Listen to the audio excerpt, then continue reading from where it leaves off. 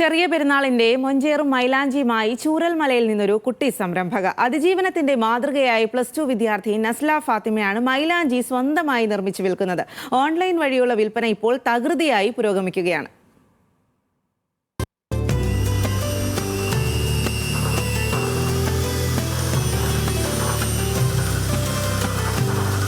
ഉരുൾപൊട്ടൽ ദുരന്തത്തിൽ തകർന്ന ജീവിതത്തെ കരുപിടിപ്പിക്കാൻ +2 വിദ്യാർത്ഥി നസ്ല തുടങ്ങിയ മൈലാഞ്ചി സംരംഭത്തിന് ഇപ്പോൾ ആവശ്യക്കാർ ഏറെയാണ്. വീട്ടിൽ വെച്ച് സ്വന്തമായി നിർമ്മിക്കുന്ന മൈലാഞ്ചിക്കായി അയൽനാടുകളിൽ നിന്ന് പോലും ആളുകൾ തേടി വരുന്നുണ്ട്. 3 മാസം മുമ്പ് 10 ദിവസം നീണ്ടുനിന്ന ഓൺലൈൻ കോഴ്സ് പഠിച്ചതാണ് ഇത്തരം ഒരു സംരംഭം തുടങ്ങാൻ നസ്ലയ്ക്ക് പ്രചോദനമായത്. വീട്ടുകാരും പിന്തുണ നൽകിയതോടെ മൈലാഞ്ചി സംരംഭം തുടങ്ങി. പഠനം രാവിലെ സ്കൂളിൽ പോവും, പിന്നെ രാത്രി ആയിരിക്കും അധികവും ഓർഡർ ചെയ്യുക. 2 മണി 3 മണി വരെയൊക്കെ ഇരുന്നിട്ട് ചെയ്യും. എല്ലാവരും ഉണ്ടാവും, താത്തമാരും എല്ലാവരും വരും സഹായിക്കാൻ. അങ്ങനെ എല്ലാവരും പാടെ ചെയ്തിട്ടാണ് ഇപ്പോൾ ഇതുവരെ എത്തിയത്. സെയിൽ അൽഹംദുലില്ലാ നല്ല രീതിയിൽ തന്നെ പോകുന്നുണ്ട്.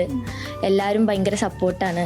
എല്ലാവരും നന്നായിട്ട് വാങ്ങുന്നൊക്കെ ഉണ്ട്. അയൽവാസികളായാലും കുടുംബക്കാരായാലും പിന്നെ പുറത്തുള്ളവരായാലും ഒക്കെ നമുക്ക് ഇൻസ്റ്റ വഴിയൊക്കെ മെസ്സേജ് അയച്ചിട്ട് അങ്ങനെ കുറേ സെയിൽ ചെയ്യുന്നുണ്ട്. ഓൺലൈൻ വഴിയാണ് മൈലാഞ്ചി വിൽക്കുന്നത്. ഫേസ്ബുക്ക്, ഇൻസ്റ്റഗ്രാം തുടങ്ങി സാമൂഹിക മാധ്യമങ്ങൾ വഴി ആളുകൾ ഓർഡർ ചെയ്യുന്നുണ്ട്. ഓർഡർ ചെയ്തു കഴിഞ്ഞാൽ കേരളത്തിൽ എവിടേക്കും തപാൽ മാർഗം എത്തിച്ചു കൊടുക്കും. സുഹൃത്തുക്കളുടെ അടക്കം പിന്തുണയിലാണ് സംരംഭം മുന്നോട്ട് പോകുന്നത്. ഓരോ ഭയങ്കര സപ്പോർട്ടാണ്.